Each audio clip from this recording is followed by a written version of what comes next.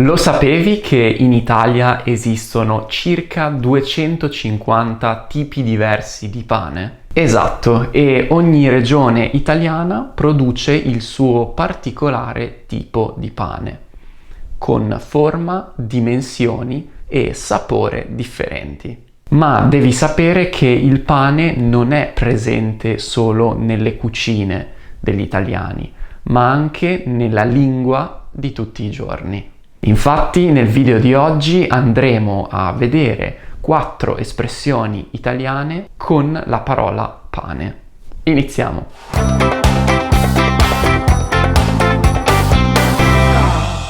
Ciao, benvenuto in questo nuovo video.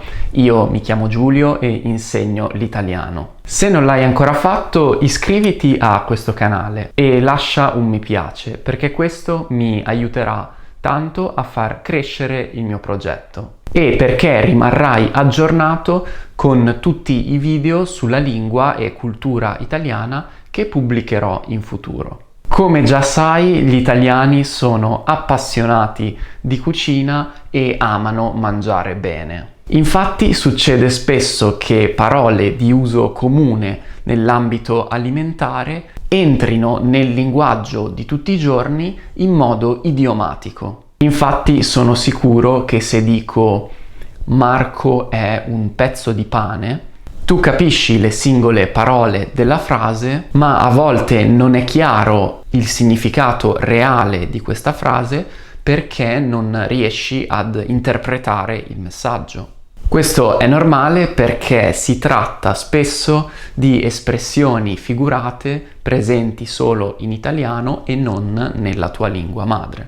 Per questo andiamo subito a vedere la prima espressione idiomatica che gli italiani usano. In questo caso con la parola pane. L'espressione è essere un pezzo di pane. Se dico che una persona è un pezzo di pane, sto dicendo che questa persona è molto buona, onesta e generosa. Vediamo un esempio. È stato Luca a parlare male di me con il capo? È impossibile, Luca è un pezzo di pane. Hai problemi in matematica? Prova a chiedere a Claudio, è un pezzo di pane, ti aiuterà certamente. A volte con questa espressione posso anche trasmettere una sfumatura di ingenuità. Quindi questa persona è così buona da essere ingenua. Quindi a seconda del contesto l'idioma potrebbe prendere questo significato. Un'altra espressione simile a questa è essere buono come il pane. In questo caso enfatizziamo la disponibilità ad aiutare il prossimo, oppure la bontà interiore di una persona, paragonandola al gusto semplice del pane. Dopodiché abbiamo la seconda espressione di oggi, che è guadagnarsi il pane, oppure portare a casa il pane. Beh, questa espressione ricorda un po' l'espressione inglese breadwinner, cioè quella persona che letteralmente porta a casa il pane e in senso figurato permette la sopravvivenza della famiglia perché guadagna il denaro necessario a vivere. Stefano è un lavoratore onesto che si guadagna il pane, oppure che porta a casa il pane. Quindi questo significa si guadagna da vivere. Nonostante le continue ingiustizie al lavoro, Riccardo si guadagna ogni giorno il pane con il sudore della fronte. Questa frase in particolare sottolinea l'impegno, la fatica e la nobiltà di chi lavora ogni giorno per vivere. Passiamo alla terza espressione, che è essere il pane per i propri denti. Questa espressione si usa spesso alla forma negativa per indicare che non ho le qualità adatte per ottenere qualcosa. O meglio, per dire che qualcosa è al di sopra delle mie abilità. Ad esempio, sono 10 anni che provo ad imparare il cinese, ma non ci capisco niente. Non è pane per i miei denti.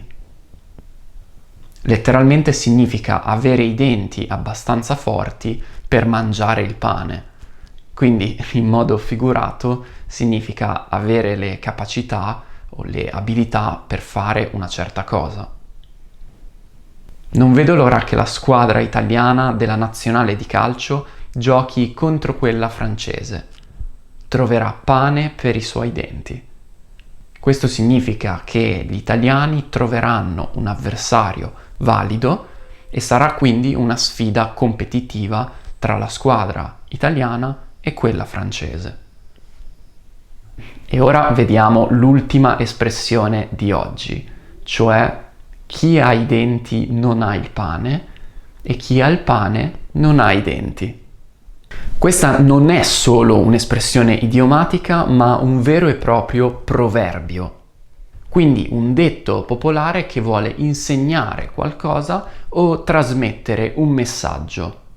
In questo caso il significato è che una persona che ha delle aspirazioni o degli obiettivi più o meno ambiziosi non ha i mezzi per realizzare queste idee.